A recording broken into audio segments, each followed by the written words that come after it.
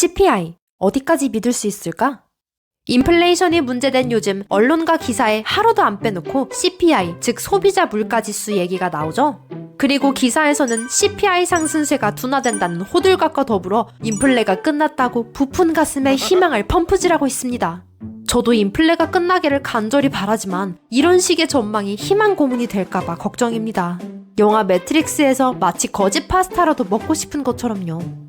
CPI는 인플레이션과 연관된 대표적 지표 중 하나이고 지표 자체로서의 의미가 있긴 하지만 인플레이션의 지속 여부를 알려주는지는 미지수입니다.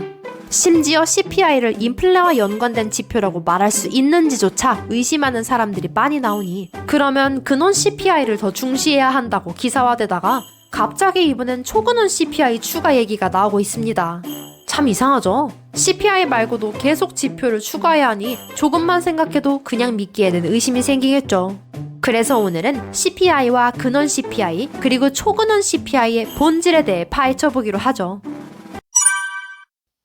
CPI는 태생부터 조작 가능하다.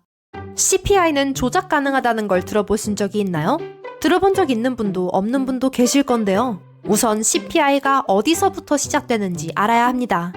CPI는 물가의 대상이 되는 상품과 서비스 전체 품목을 대상으로 한 것이 아니라 도시 가게가 소비하는 상품들 중 대표 품목을 정하고 각 품목별로 가중치를 부여하는 방식으로 계산됩니다. 전국 대상이 아니라 도시만 물가조사 대상이 되는 거죠. 그렇게 500개가 안 되는 대표 품목을 정해서 전체에서 차지하는 비중을 몇으로 볼지 임의로 수치를 부여하는 것이죠. 한국 CPI에서는 모든 품목의 합을 1000으로 보는데 커피의 가중치는 7.2, 생선회의 가중치는 9.8 이런 식으로 품목별 가중치를 부여하는 겁니다. 커피가 외식 생선회보다 가중치가 낮다. 이상하지 않나요? 어쨌든 대표 품목 선정도 기준이 있고 통계청에서 자료를 작성합니다. 그리고 품목별 가중치는 통계청이 작성한 가계조사 동향을 보고 선정합니다.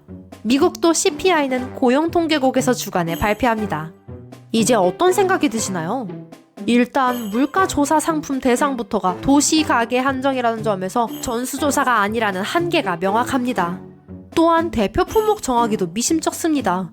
도대체 어떤 품목이 물가를 대표할 수 있는지 품목 선정 자체가 주관이 개입될 가능성이 높아요. 게다가 가중치는 더욱 황당한 이야기죠. 통계청은 한국인들이 가장 많이 사용하는 품목들을 결정한다고 하는데 이것도 미심쩍습니다. 예를 들면 커피의 가중치는 7.2고 생선회의 가중치는 9.8입니다. 그럼 커피보다 생선회가 물가에서 차지하는 비중이 높다는 건데 우리는 실생활에서 외식으로 생선회 먹는 횟수보다 커피 마시는 횟수가 훨씬 많지 않나요? 또 커피가 선정되긴 했는데 스타벅스 커피인지 편의점 커피인지 어느 것을 기준으로 하는지 아니면 합계 평균인지 알 수가 없습니다. 생선회도 도시 가게 한정이라는 점에서 바닷가에 놀러가 사 먹은 생선회는 빠지겠죠. 물론 가중치 자체도 품목과 함께 시대에 따라 얼마든지 바뀔 수도 있습니다. 통계청의 자료조사가 잘못되었다고 하는 것이 아니라 주관이 개입될 가능성이 높은 CPI의 태생적인 한계를 말씀드리고 있는 겁니다. 그래서 물가에 대한 지표로서 CPI를 참고 정도로 보는 건 좋지만 이걸로 인플레가 끝났다고 화가 사람들은 저희가 의심스럽죠. CPI의 핵심은 YOY다.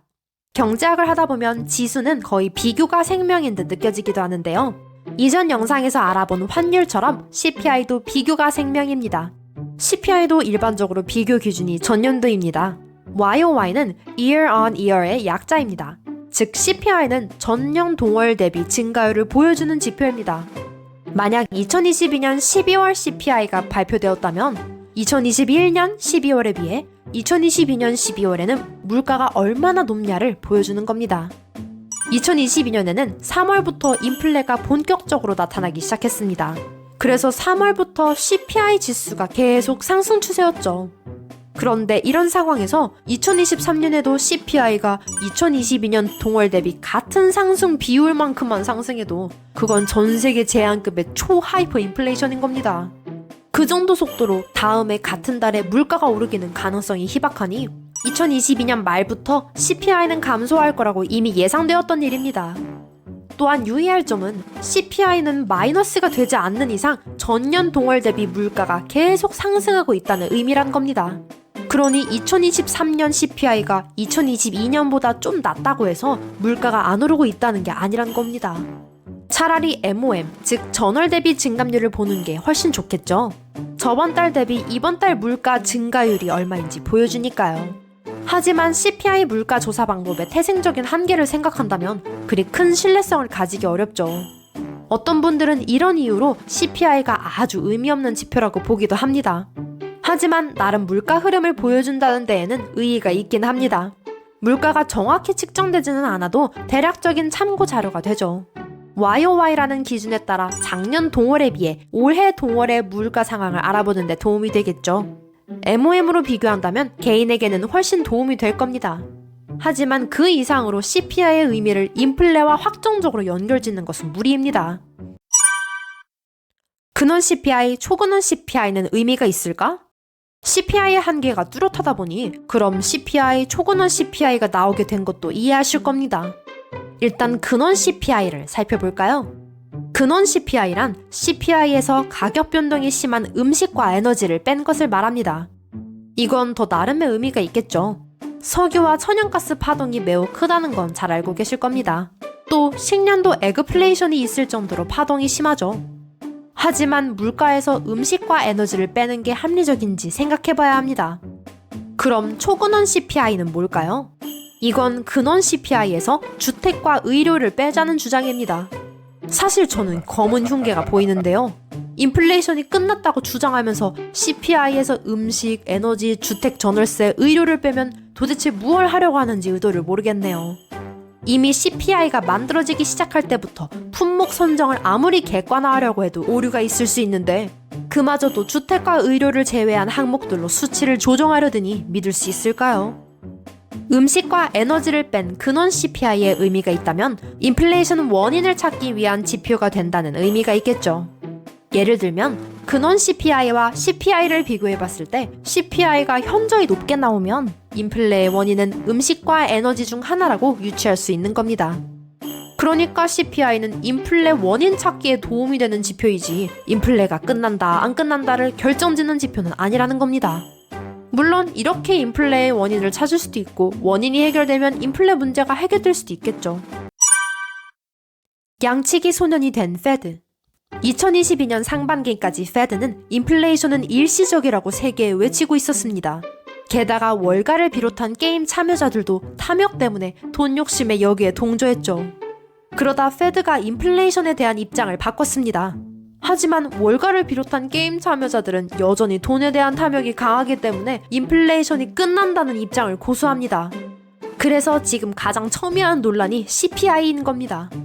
월가를 비롯한 게임 참여자들과 우리들도 인플레이션이 끝나길 바라기 때문에 인플레가 곧 끝날 것 같다는 희망 회로에 동조하고 있는 건 아닌지 생각해봐야 합니다. CPI나 근원 CPI는 다른 지표와 마찬가지로 나름의 의의가 있습니다. 특히 인플레이션 원인 찾기에 의의가 있죠. 하지만 그 이상 CPI를 확대 해석하는 것을 경계해야 합니다. 사실 이 지표뿐만 아니라 경제의 모든 지표들은 태생적 한계가 있어요. 주식, 채권, 코인, 선물 옵션 등 하시는 분들은 잘 아실 거예요. 모든 지표나 도표, 차트에는 한계가 있다는 걸요. 미래를 아는 것은 불가능해요. 다만 열심히 공부해서 미래 예측 확률을 높여가야 합니다. 남이 해주는 것을 믿고 따르면 나중에 그 남이 원망의 대상으로 변할 수도 있다고 생각해요. 오늘은 여기까지 하고 나중에 지표를 하나하나 쉽게 알려드릴게요. 감사합니다.